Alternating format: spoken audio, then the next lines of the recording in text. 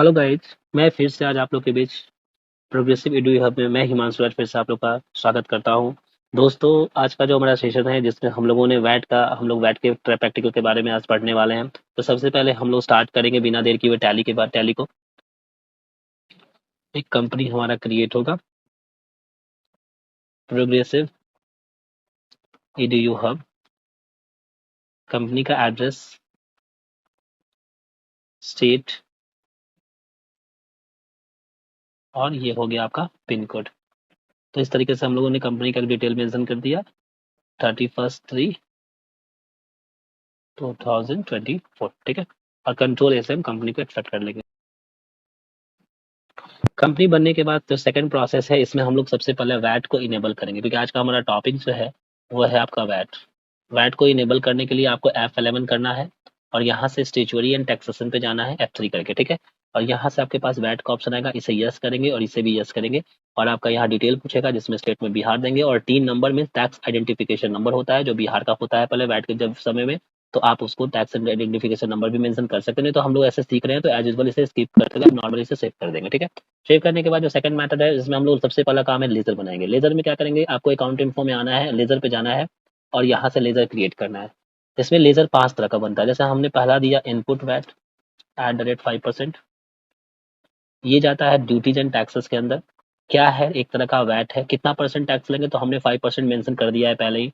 और यहाँ से not applicable and then accept करेंगे। उसी तरीके से आपका बनेगा आउटपुट वैट @5%। ये भी ड्यूटीज एंड टैक्सेस का पार्ट है। क्या है, तो वैट है, 5% यहाँ भी जाएगा और नॉट अप्लीकेबल और एक्सेप्ट। इस तरीके से इनपुट आउटपुट बन गया। फिर बनेगा आपका सेल्स वैट। सेल्स वैट जाएगा सेल्स अकाउंट के अंदर। Inventory value affected, type of ledger not applicable. VAT और सीएसटी एप्लीकेबल अप्लीकेबल रहेगा। सेट अल्टर वैट डिटेल में यस करेंगे और यस करने के बाद एक फिर से एक नया डायलॉग बॉक्स ओपन होगा। तो हमारा सेल्स का पार्ट है तो सेल्स टैक्सेबल जाएगा। यहाँ पे हम सेल्स टैक्सेबल लेंगे। परसेंटेज मेरा 5% पहले से ही डिफाइन है और यहाँ से एक्सेप्ट कर लेंगे। उसी तरीके से नेक्स्ट बनेगा परचेज अकाउंट, परचेज का वैट का परचेज वैट, ये जाएगा आपका परचेज अकाउंट के अंदर। इन्वेंट्री वैल्यू अफेक्टेड यस रहेगा, ये अप्लीकेबल रहेगा और सेम इसे फिर से यस करेंगे। और परचेज वाले में परचेज टैक्सेबल के अंदर चला जाएगा ये, और आपका 5% कंपलसरी और यहाँ से एक्सेप्ट कर देंगे। और लास्ट जो बनेगा उसमें बनेंगे वैट पेबल के बारे में, ये जाएगा करेंट लायबिलिटी के अंदर। Inventory value affected yes and accept. तो इस तरीके से हम लोगों ने 5 लेजर बनाकर रेडी कर लिया। जो सेकंड में हमारा मोटो है वो होगा हमारा इन्वेंट्री। इन्वेंट्री में सबसे पहले हम लोग स्टॉक ग्रुप स्टॉक आइटम बनाएंगे। तो स्टॉक ग्रुप स्टॉक आइटम को जैसा एज यूजुअल हम लोग पहले पढ़ चुके हैं, F11 करेंगे, इन्वेंट्री वैल्यू में जाएंगे और यहाँ से मेंटेन मल्टीपल गोडाउन को यस एंड कैटेगरी को यस करते हुए सेव करेंगे, ताकि हमारे पास स्टॉक गोडाउन और लोकेशन जो भी हिडन रहता है वो आपका यहाँ शो करेगा। और फिर हम लोग इजिली वे में यहाँ एक आइटम क्रिएट करेंगे। हम डायरेक्ट आइटम क्रिएट कर रहे हैं। हम लोगों ने इन्वेंट्री इन्फो में इसके बारे में डीपली क्लासेस देखा है और आप लोग को डिस्क्रिप्शन में मैं ऐड कर दूंगा लिंक, ताकि आप लोग का इन्वेंट्री में कोई डाउट रहा तो आप उसे क्लियर कर सकते हैं, ठीक है। तो यहाँ पर सबसे पहले हम एक टॉपिक लेंगे RS अग्रवाल बुक। फिर यहाँ से हमें अंडर में एक स्टेशनरी बनाना होगा तो Alt+C कर लेंगे और एक हम यहाँ स्टेशनरी का बना लेंगे। फिर सेकंड वैसे ही Alt+C करेंगे और यहाँ पर बुक का भी एक बना लेंगे।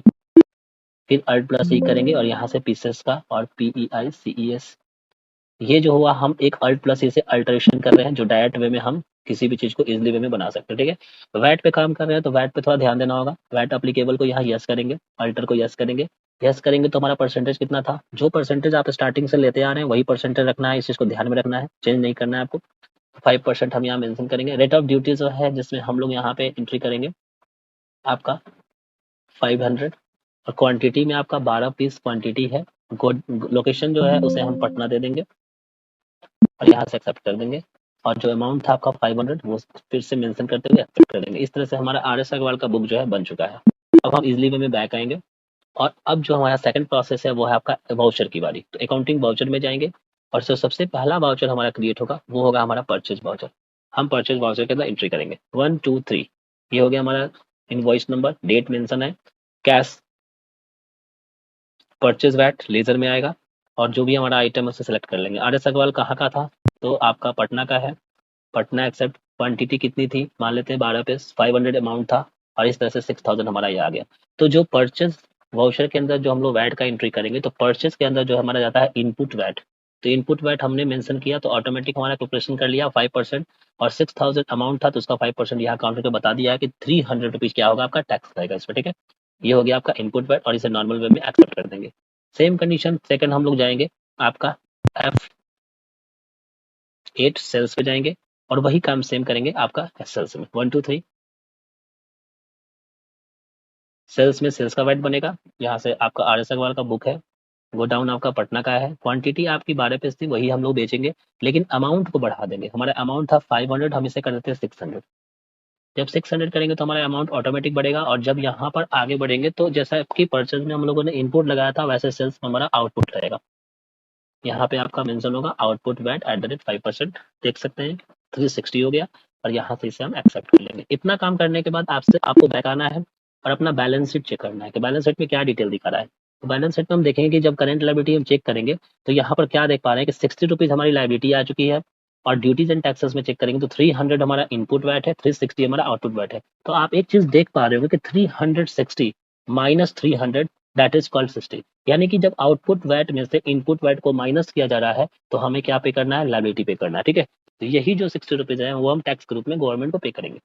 बैक आ जाएंगे, अब पे करने की बारी आई तो फिर से काउंटिंग वाउचर पे जाएंगे और अब इसका एक जर्नल एंट्री बनाएंगे। जर्नल एंट्री के लिए हमको F7 जर्नल में जाना है और यहाँ पर लेंगे आपका इनपुट वैट 300 का, आउटपुट वैट 360 का और एक हमने लेजर बनाया था वैट पेबल का। तो वैट पेबल आपका 60 रुपीज ऑटोमेटिक ये काउंट कर लेगा। ठीक है, इस तरीके से हमने पहले इसका एक लेजर बनाया, जनरल बना लिया और जनरल बनाने के बाद जो नेक्स्ट हमारा जो सबसे फाइनल प्रैक्टिकल है वो है पेमेंट वाउचर। पेमेंट वाउचर में अब बारी आ गई कि जो 60 रुपीज जो हमारी लायबिलिटी थी उस लायबिलिटी को हमको पे करना है। जब तक हम उस लायबिलिटी को पे नहीं करेंगे तब तक हमारा टैक्स पे होगा नहीं। ठीक है, और जब तक टैक्स पे नहीं होगा तब तक हमारी लायबिलिटी वहां शो करेगी। कहाँ पे, जस्ट यहाँ पे आप देख सकते हैं बैलेंस शीट के अंदर ये लायबिलिटी जो है अभी भी आपकी दिख रही है। ठीक है, तो इस लायबिलिटी को जीरो करने के लिए हमें क्या करना पड़ेगा, पेमेंट करना होगा। जैसे ही हम अकाउंटिंग वाउचर पे आएंगे और पेमेंट पे आएंगे तो पेमेंट कैसे करना है, तो हमने वैट पेबल लिया, कितना रुपया का पेमेंट था, तो पेमेंट था आपका 60 रुपीज का, हमने 60 रुपीज मेंशन कर दिया और पेमेंट किस मोड में किया, तो हमने कैश मोड में पेमेंट किया। जैसे ही हम इसे एक्सेप्ट कर देंगे वैसे ही आप चेक करेंगे बैलेंस शीट में आकर के तो आपका लायबिलिटी यहाँ से जीरो हो चुका होगा। आप देख सकते हैं आपने टैक्स को पे कर दिया और इस तरीके से हम लोगों ने वैट का प्रैक्टिकल कंप्लीट कर लिया और इस तरह से वैट में हम लोग टैक्स का लगाना सीखते हैं, यूज करते हैं। तो दोस्तों आप लोग वैट का थ्योरी कॉन्सेप्ट भी समझ लिए और आज हमारा प्रैक्टिकल भी कंप्लीट हो गया। नेक्स्ट जो टॉपिक हमारा आने वाला है उसमें हम लोग अकाउंटिंग वाउचर या फिर GST के बारे में पढ़ने वाले हैं। ठीक है, तब तक के लिए थैंक यू दोस्तों, जय हिंद जय भारत।